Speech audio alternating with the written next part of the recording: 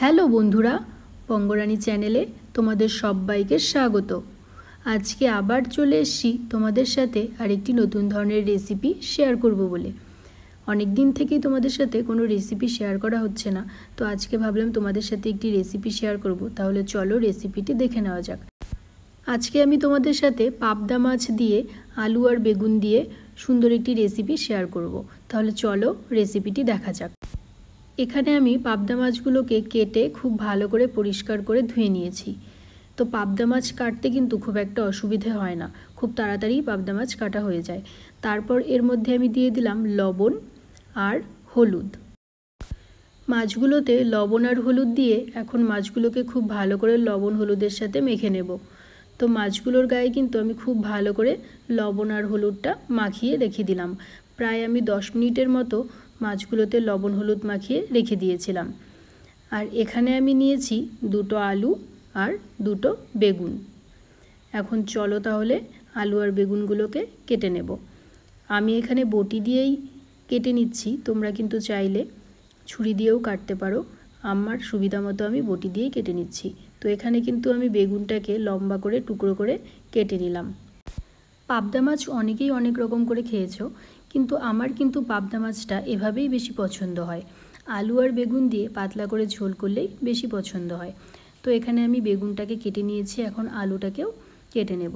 তো আলুটাকে আমি এখানে লাল আলু নিয়েছি, তোমরা কিন্তু সাদা আলু বা লাল আলু যেটাই খুশি নিতে পারো। আমার একটু লাল আলুটা বেশি পছন্দ, তার জন্য এখানে লাল আলুটাই নিয়েছি।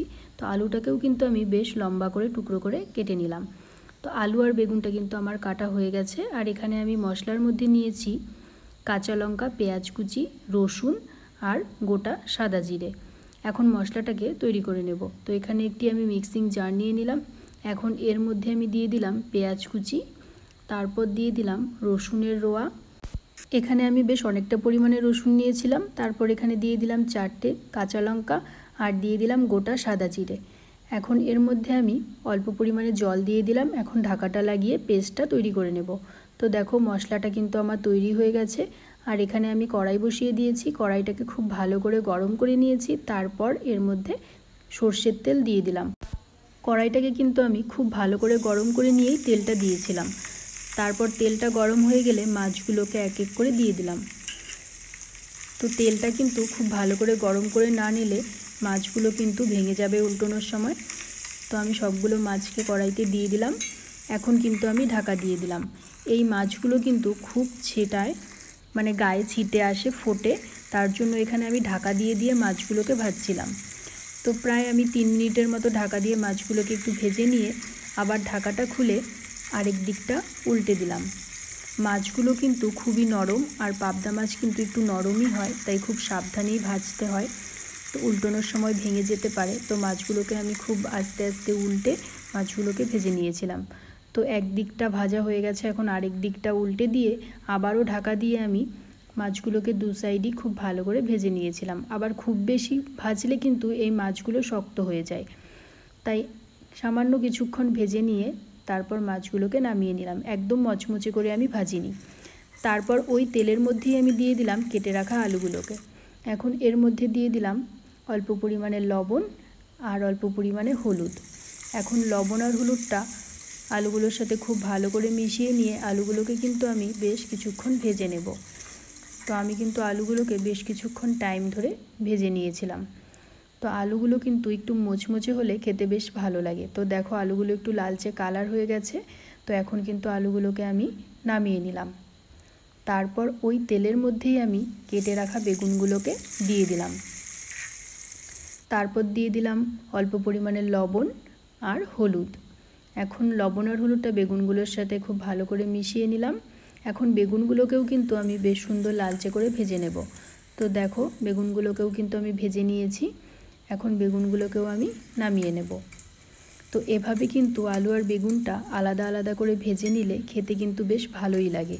আর একবারে দিয়ে দিলে সেটা খেতে একটু অন্যরকম হয়, আর এভাবে ভেজে নিলে কিন্তু খেতে অন্যরকম হয়। তারপর ওই তেলের মধ্যে আমি দিয়ে দিলাম অল্প কালো জিরে ফোড়ন, তারপর দিয়ে দিলাম পেঁয়াজ কুচি। এখন পেঁয়াজটাকে কিন্তু আমি হালকা একটু ভেজে নেব, খুব বেশি না, হালকা অল্প ভেজে নিয়ে এর মধ্যে আমি বেটে রাখা মশলাটা দিয়ে দিলাম। এখন কিন্তু মশলাটাও আমি কিছুক্ষণ ভেজে নেব। তো তারপর এর মধ্যে দিয়ে দিলাম আমি হলুদ পরিমাণ মতো। তারপর এর মধ্যে আমি দিয়ে দিলাম অল্প কাশ্মীরি লঙ্কার গুঁড়ো।